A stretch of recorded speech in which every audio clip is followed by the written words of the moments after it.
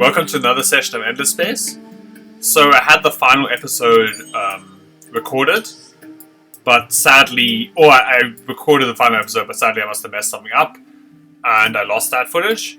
I could go back and do it again, but frankly I'm sort of sick and tired of this game, and I don't want to burn myself out on this game, replaying the same section over and over. So instead I'm just going to compromise. I'm going to show you a battle with my endgame army, and I'm just going to, as you can see, we've won with the science victory.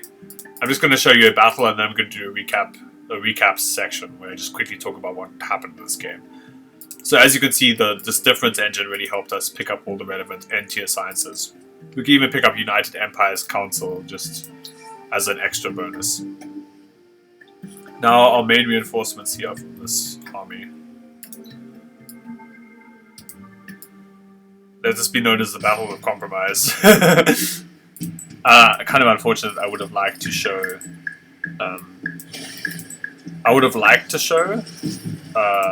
The final section, but then again, it wasn't that exciting, anyways. I mean, with the Serum of Itaru, my armies were basically having picked up this upgrade. The Serum of Itaru, my armies had 100% bonus life and damage, and as you'll see, they're really powerful. And really picking up extra sciences, we're just doing the same thing as we were doing earlier. So. And as you can see, despite our unit there hits for a ton and can take a ton of damage. And criticals are likely to one-shot. We've also picked up these orc units to act as archers. Because basically initially I was fought back and I thought it would be a good time to change my army composition. There I picked up some Geomancers just to see what they're like, but I'm still not impressed by them. I think they're kind of trash. And there our cavalry unit is engaging the enemy hero and takes it on in one swing. So that here you get to see all the cool stuff, basically, like the big army fight where we trash them using superior technology. And basically what the last episode consisted in was me just picking up the technology very slowly. I mean, science victory is never really that exciting, but you get to do some cool stuff at the end, which is this. Just completely decimate the enemy army. As you can see, ranged units are really powerful because they don't... they're powerful because they don't need to get hit while hitting. So it's a good idea to have ranged units at some point. I probably should have used ranged units initially because it helped me out winning the army. But obviously these Golem Riders are the real nuts and bolts of any Kapaku army. So there, as you can see, our army was very powerful, and that's how we managed to cleave our way through this terrain, long story short. Let me just order this battle. So that's kind of how the game concluded. I had already set myself up very well for the scientific victory, picking up the Indifference engine and then the self-diving plows. Then I picked up Serum of Itaru, and these two is just remaining options. And really won quicker than the other factions. And I think I'd established even this episode of the last that was ahead of the other factions in terms of the scientific victory. And this entire misadventure over here didn't really matter in the end, but it was pretty cool to just try out armies once I picked this up. So, how did the game go? Overall, the most important thing is that we started with a solid economic base using the Kapaku. And the main thing is this Born of Ash, where we get a lot out of volcanic terrain. I mean, obviously we have a ton of upgrades at this point, but volcanic terrain really gives us a solid economic base, and we were able to use that volcanic terrain to just have a consistent start.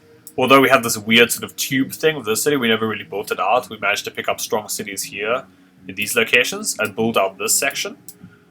And eventually we built out this section just to make sure we had this area with enough Hyperion. With Hyperion we managed to build some armies to put some pressure on Purple. Initially our push went well, then it back faltered a bit, and then we reconvened, and eventually with the science victory, which we gained with this high science technology, we managed to push them back again. So the cool thing is that I managed to make good use out of this upgrade. So organized labor is what really helped me bridge the gap between the middle and end game here. And I managed to pick up extra stockpiles for really cheap with pearl hoarding, used to converting all of our pearls into cheap stockpiles, and purchasing stockpiles at the marketplace, like so. And I managed to do both of those before I got this upgrade, and that basically boosted all of those stockpiles to an insane degree. And then you're basically getting like 1,000 free resources from each of those stockpiles. So that was a pretty cool innovation or thing I discovered about organized labor. Maybe I'm sure someone else has figured that out before. But this is the main thing that helped me bridge from the middle game to the end game with a powerful economic basis. And from that point on, we had sort of freedom what to do, went for a science victory, decided to try and build some armies to put some pressure on purple. Initially, we captured the city, initially it went well, then I lost the fight, I was forced to into a truce. But despite that, I still managed to pick up the scientific victory and win. So basically, this game really nicely showcased how powerful the Kapaku are, I think. Mostly in terms of their economic power, but also that their armies can be quite potent using these dangerous Golem Rider units. And I really recommend trying the Kapaku as long as you're willing to plan ahead a bit with your volcano formers and your Golem camps. Because I think the Kapaku are really fun, powerful, and this entire expansion is really interesting because the Dust Eclipse adds a little to each faction. Like some factions are better at war during Dust Eclipse, some factions are better at exploiting them for the dust, like the Kapaku are. Some factions get other bonuses like the sea people. What are they called again?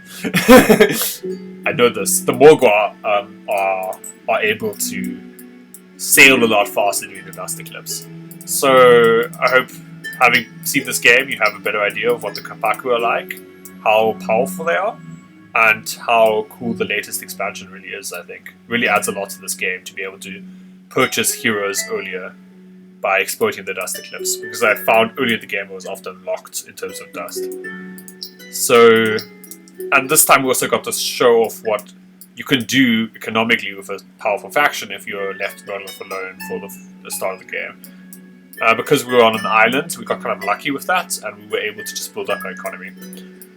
And that's probably going to be different in other games. I plan to play a Challenger run next with the Cultists, where I assume I'll spawn next to another faction and immediately get crushed off the board. But that should be a nice change of pace from these long games. I wouldn't actually mind that. So, I hope you enjoyed, I hope you learned something, and join me for the next couple of playthroughs on my channel. Thanks for tuning in.